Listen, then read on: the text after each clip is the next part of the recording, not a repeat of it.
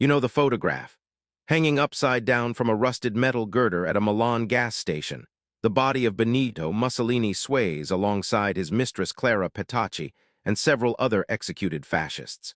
It is April 29, 1945.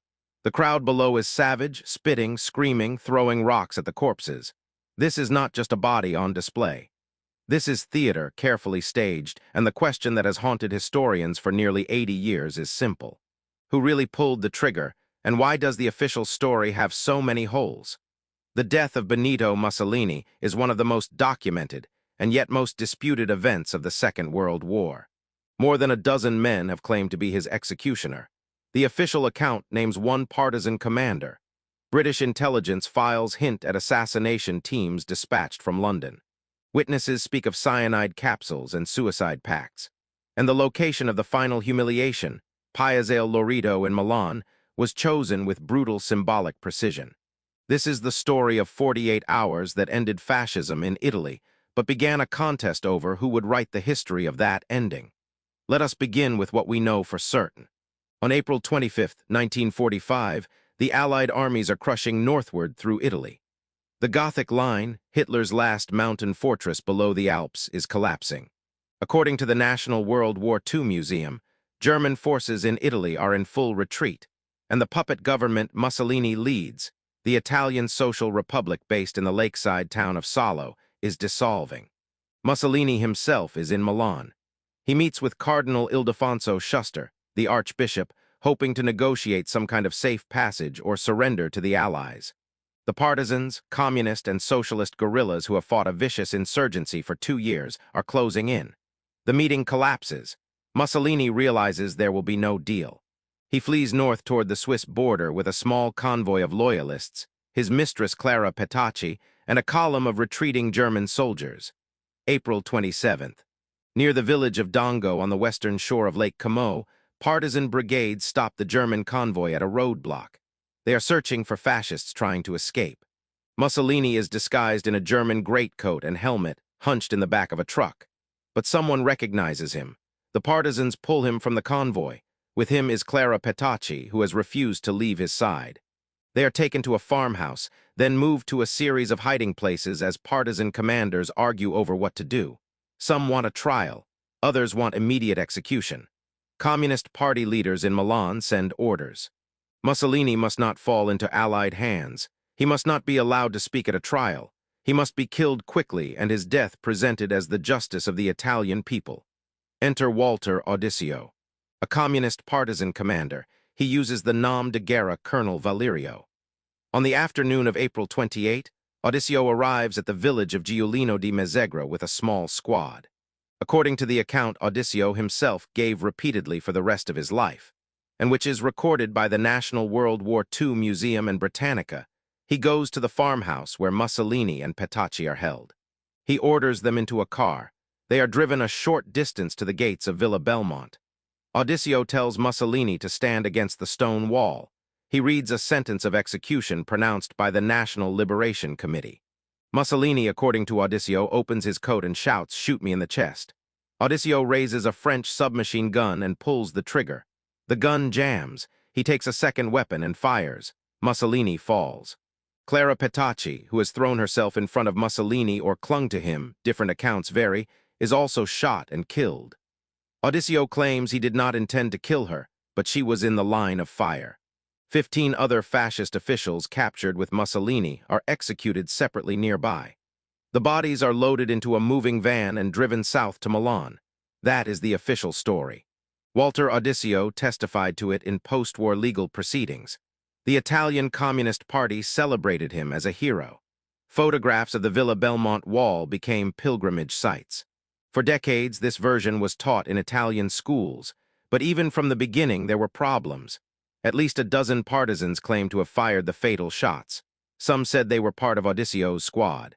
Others said Audisio was not even present. The timeline was murky. The weapons described by different witnesses did not match, and the physical evidence, including autopsy reports, raised troubling questions about the trajectories of the bullets and the number of shots fired. Let us examine the competing theories, because each one reveals something about the chaos of those final hours and the political battles that followed.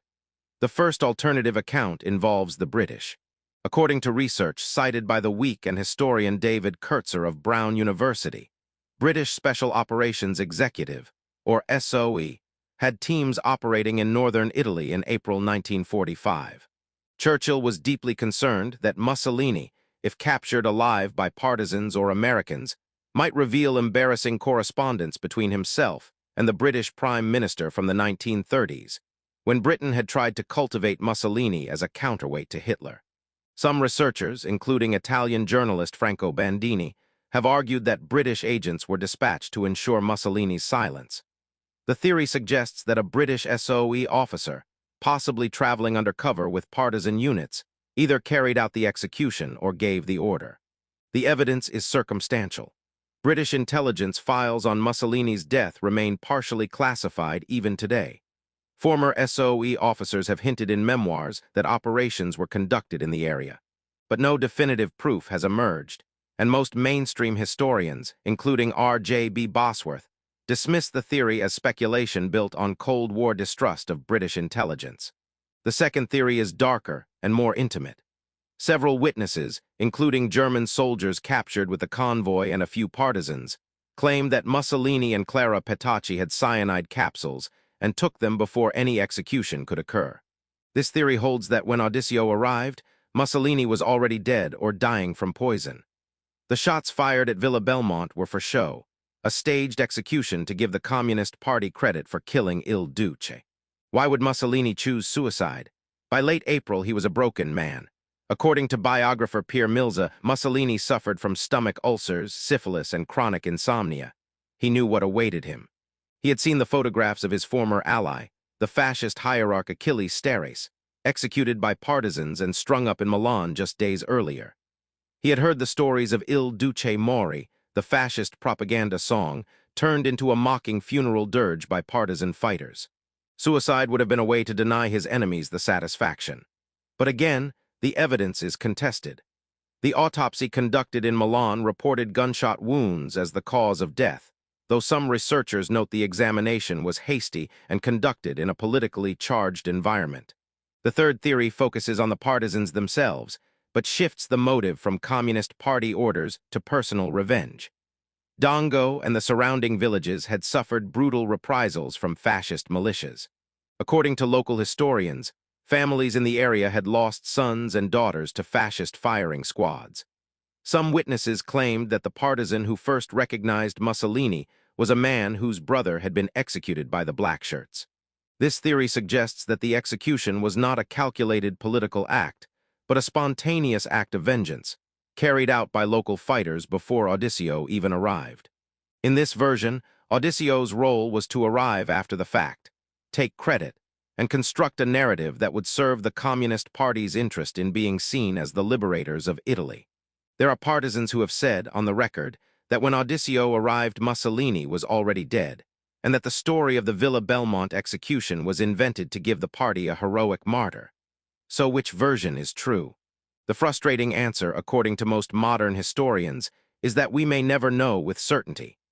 The chaos of those hours, the competing agendas of the communist partisans, the local fighters, and possibly British intelligence, created a fog that has never fully lifted. What we do know is that by the evening of April 28, the bodies of Mussolini, Petacci, and 15 others were in a truck heading to Milan. And what happened next is not disputed. It is documented in photographs and newsreels that shocked the world. The truck arrives in Milan in the early hours of April 29. The driver heads to Piazzale Loreto, a large public square in the northeast of the city. The bodies are dumped on the pavement. By dawn, crowds are gathering. At first there are a few dozen, then hundreds, then thousands. They kick the corpses, they spit on them. Women who lost sons and husbands to fascist violence scream and beat the bodies with sticks. A man urinates on Mussolini's face. The scene is descending into chaos. Somebody worries that the bodies will be torn apart and nothing will be left for identification or for history. A decision is made. The corpses are strung up by their feet from the metal girder of a half-finished Esso gas station on the edge of the square. Mussolini, Petacci, and several others hang upside down, suspended above the crowd. Photographers and newsreel cameras capture everything. The images are transmitted around the world within hours. In Washington and London, officials are horrified. In Rome, soon to be liberated, Italians see the photos and understand that the war is truly over. In Germany, Hitler sees the pictures. According to multiple historians, including Bosworth, the images of Mussolini hanging in Milan convinced Hitler that he must never be taken alive. 10 days later, Hitler will shoot himself in a Berlin bunker and order his body burned. But why Piazzale Loreto? This is where the symbolism becomes deliberate and chilling. On August 10, 1944, 9 months before Mussolini's death, fascist militias executed 15 Italian partisans and political prisoners in Piazzale Loreto as a public reprisal. The bodies were left in the square for hours as a warning. The victims were anti-fascists, communists, and resistance fighters. Their families were not allowed to retrieve the bodies immediately. The execution was intended to terrorize Milan's population and crush the resistance. It had the opposite effect. The massacre at Piazzale Loreto became a rallying cry for the partisan movement. When Milan's liberation was imminent, resistance leaders decided that the same square would be the site of fascism's final humiliation. According to David Kurtzer, the choice of location was not accidental. It was scripted revenge. The 15 executed in August would be answered by the 15 fascists executed in April. And Mussolini, the author of 20 Years of Dictatorship and the architect of Italy's disastrous war, would hang in the same place his victims had bled. The message to any future fascists was clear. This is what awaits you. The desecration continued throughout the day. Allied officers and Italian officials eventually intervened. The bodies were cut down and taken to a morgue. Autopsies were conducted, though the reports are contradictory and incomplete. Mussolini's brain was removed and later stolen, a grotesque souvenir that was not recovered for decades. The body was buried in an unmarked grave in a Milan cemetery. But even in death, Mussolini would not rest. In 1946, a group of neo-fascists dug up the corpse and attempted to steal it, hoping to create a martyr's shrine. The body was recovered after a bizarre chase involving police and fascist sympathizers. For the next 11 years, Mussolini's remains were hidden by the Italian government, moved from monastery to monastery, as officials debated what to do. Finally, in 1957, the body was returned to Mussolini's family and buried in his hometown of Predappio. The grave became, and remains, a pilgrimage site for neo-fascists and the far right in Italy. Let us step back and consider what this mystery tells us. The question of who killed Mussolini is not really about ballistics or timelines. It is about who gets to claim credit for ending fascism. Walter Odisio and the Italian Communist Party wanted the world to believe that organized communist partisans, disciplined and ideologically pure, had brought justice to the dictator. Local fighters who had lived under fascist repression and fought without orders from any party wanted recognition for their own role. The British, if they were involved, would have wanted secrecy to protect Churchill and avoid questions about pre-war diplomacy with fascist regimes. And Mussolini himself, if the suicide theory holds any truth, may have wanted to control his own end, to deny his enemies even that final victory. The truth is probably some combination. It is likely that multiple people fired shots. It is possible that Mussolini was already dying from poison or injuries sustained during capture. It is almost certain that the official narrative was constructed after the fact to serve political purposes. The Communist Party needed a hero. Walter Odisio became that hero, whether or not he fired the fatal shot. The Italian state needed a clean story to move forward. A trial would have been messy, divisive, and would have forced Italy to confront uncomfortable questions about how many ordinary Italians had supported Mussolini, how many had cheered as he marched into Ethiopia and Albania, how many had looked the other way as racial laws were passed, and Jews were deported to Auschwitz. Because we cannot tell the story of Mussolini's death without acknowledging the crimes that made his execution inevitable. Mussolini did not stumble into war. He chose it. He invaded Ethiopia in 1935 using poison gas against civilians, a war crime documented by the League of Nations. He sent Italian troops to support Franco in the Spanish Civil War. He signed the Pact of Steel with Hitler and dragged Italy into a war it was unprepared to fight. He declared war on France as it fell in 1940, stabbing an ally in the back. He sent Italian soldiers to die in the snows of the Russian front, ill-equipped and abandoned. And in 1938, he enacted racial laws that stripped Italian Jews of their citizenship, their property, and eventually their lives. More than 7,000 Italian Jews were deported to Nazi death camps. Most did not return. Mussolini was not Hitler. He did not build the death camps, but he enabled them. He legitimized fascism. He showed that a modern European state could abandon democracy and the rule of law, and much of the world would do business with him anyway. So when the crowd at Piazzale Loreto kicked and beat his corpse, they were not just venting rage at one man. They were rejecting everything he represented. The humiliation was collective catharsis, the violent exhale of a nation that had lived under tyranny for 2 decades. It was ugly and brutal, and it was also understandable. The people in that square had lived through bombings and occupation, shortages and reprisals. They had watched their children join the resistance and not come home. They had seen neighbors disappear. And now the man responsible was dead at their feet. But here is the uncomfortable coda to this story. Mussolini's death did not end fascism in Italy. His grave in Predapio still draws thousands of visitors each year. The town is filled with shops selling fascist memorabilia, Mussolini wine, Mussolini calendars, black shirts, and flags with the fascist symbol. Italian politicians on the far right still invoke his name, sometimes with coded language, sometimes openly. In 2022, Giorgia Meloni became Italy's prime minister, leading a party, Brothers of Italy, that traces its roots directly to the post-war Italian social movement, founded by Mussolini supporters. Meloni has distanced herself from Mussolini's legacy in public statements, but her party's symbol is a tricolor flame that sits on the tomb of Mussolini's most loyal followers. The persistence of fascist nostalgia in Italy, nearly 80 years after Piazzale Loreto, suggests that the symbolic revenge of 1945 was not enough. Nations do not exorcise their demons with a single act of violence, even one as public and theatrical as the display in Milan. And this brings us to the final question. If the exact identity of Mussolini's killer remains unresolved, does it matter? The answer is yes, because the ambiguity itself is the point. The fact that so many claimed credit, that the story was rewritten and contested, that the evidence was obscured, reveals how fragile the post-war narrative was. Italy did not have a Nuremberg. There was no comprehensive reckoning with fascism in the courts. Many fascist officials were quietly reintegrated into Italian society.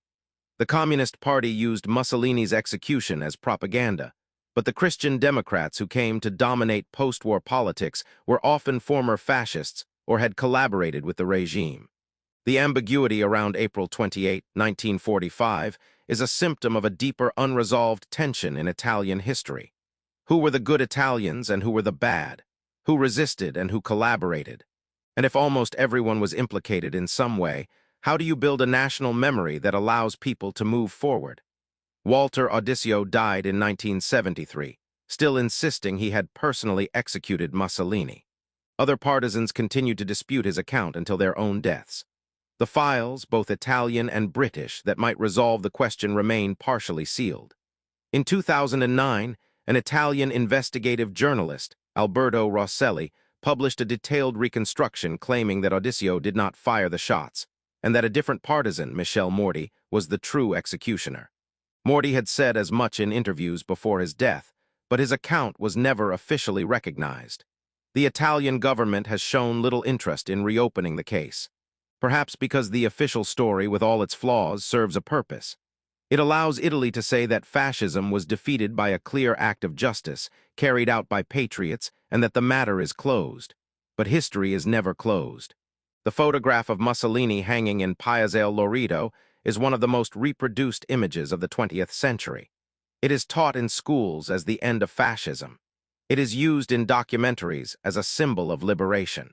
And it is also a reminder of how quickly order collapses, how easily a crowd becomes a mob, and how the line between justice and revenge is thinner than we like to admit. Those who study the image closely can see the faces in the crowd. Some are jubilant, some are curious, some are children lifted on shoulders to see. What are they looking at? A monster who got what he deserved, or a human being reduced to meat and theater? The story of Mussolini's death is ultimately a story about storytelling. It is about who controls the narrative, who gets to be the hero, and what a society chooses to remember or forget. It is about the way violence, even righteous violence, can be sanitized into myth. And it is about the consequences when that myth begins to crack. Today, as authoritarian movements rise again in Europe and around the world, as charismatic leaders promise simple solutions to complex problems, as crowds are once again urged to direct their anger at enemies within, the image of Piazzale Loreto should be both warning and question. What does it take to truly defeat fascism? A bullet, a trial, a law, a culture change. And if we do not answer that question with clear eyes and honest reckoning, are we doomed to one day face another dictator and another crowd and another desperate scramble to assign blame? So who killed Benito Mussolini? Walter Odisio said it was him. A dozen others claimed the honor. The British may have been involved. Mussolini may have taken his own life. But in the end, the question is less important than what we do with the answer. History is not a solved puzzle. It is an ongoing argument, and the death of Mussolini is Exhibit A in how even the most documented events can be rewritten, contested, and weaponized by those who come after. The only certainty is this. On April 29, 1945, the body of a dictator hung in a Milan square, and for a few hours, the people who had suffered under him believed that justice had been done. Whether it was justice or just revenge, whether it was the end of fascism or only the end of one fascist, is a question Italy is still trying to answer.